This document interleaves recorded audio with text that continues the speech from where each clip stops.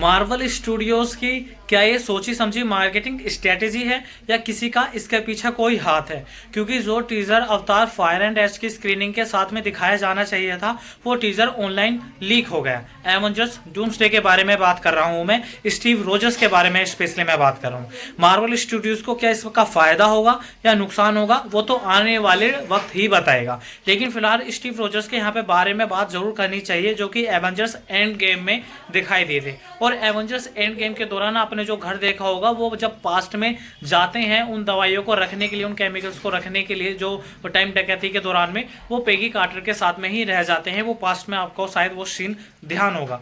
लेकिन दोस्तों अब यहाँ पर एक बात ये समझनी जरूरी है कि कहानी एवेंजर्स एंड गेम के उसी फेज से शायद आगे बढ़ेगी। और एवेंजर्स डूमडे यानी क्रिस इवांस के बारे में मैं बताऊं, वो इस मूवी में जो कि 18 दिसंबर 2026 को ये बड़े पर्दे पर रिलीज होगी। क्या वे कैप्टन अमेरिका के तौर पर नजर आएंगे या नहीं आएंगे या किस अदर भूमिका के साथ में नजर आएंगे, तो ये देखना दिलचस्प होगा। लेकिन इस बात की मैं गारंटी है वो कैप्टन अमेरिका के तौर पर तो नजर आ ही नहीं सकते टेक्निकली, क्योंकि एवेंजर्स एंड गेम के दौरान उन्होंने अपने दोस्त और करीबी उत्तराधिकारी को जो उन्होंने चुना था वो जेम्स विल्सन को चुना था, जो उन्होंने कैप्टन अमेरिका का उत्तराधिकारी के तौर पर, अमेरिका ब्रेव न्यू वर्ल्ड के तौर पर उनकी शील्ड भी संभाली थी। अब वही उसका शील्ड संभाल रहे हैं और कैप्टन अमेरिका की उत्तराधिकारी के तौर पर वही काम आगे चला रहे हैं। अब यहाँ पर स्टीव रोजर्स जैसे ही टीजर में इसमें दिखाया गया है वो एक बाइक के साथ में आते हैं और बाइक के साथ में आते हैं, स्लो मोशन में बैकग्राउंड म्यूजिक बज रहा होता है और जैसे ही वो घर के अंदर जाते हैं तो अपना वो पुराना जो शूट होता है उसे देखते हैं। उस पुराने शूट को रखने के बाद में स्क्रीन जब फेड इन और वाइट होती है उसके बाद में उनका चेहरा रिवील किया जाता है,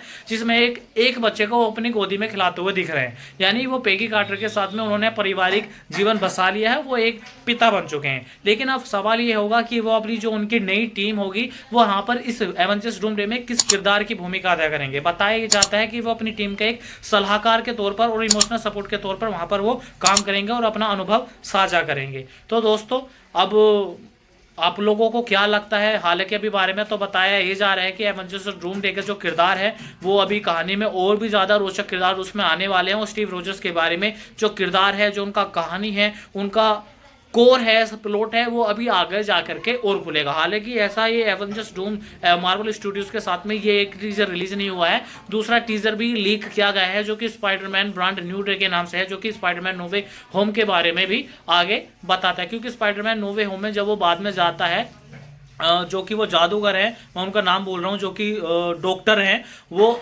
जादू के तौर पर जब उनके पास में जाते हैं और बोलते हैं कि मैं चाहता हूँ कि कुछ सिलेक्टेड लोग ही रहे जो मेरे बारे में मुझे पता रहे कि मैं स्पाइडरमैन हूँ, बाकी पूरी दुनिया भूल जाए। अब वो पास्ट में जाने के बाद में जब वो पूरी दुनिया भूल जाते हैं स्पाइडरमैन नो वे होम के, उसका स्ट्रगल वहाँ से चालू होता है। अब वो अपनी पुरानी शक्तियों को पाने के लिए किस तरह की स्ट्रगल करता है, किस तरह की कोशिश करता है और कहाँ पर वो फंसता है और किस नए विलन के साथ में वो भिड़ता है, ये टीजर में दिखाया गया है। अब हालांकि ज़्यादा अंदाज़ा नहीं बता सकते क्योंकि टाइम अभी काफ़ी बहुत कुछ लंबा है। तो आप लोगों को क्या लगता है, आप हमें कमेंट बॉक्स में जरूर बताइए क्या कहना है आपको इस टीजर लीक के बारे में और मार्वल स्टूडियोज़ की स्ट्रेटेजी के बारे में।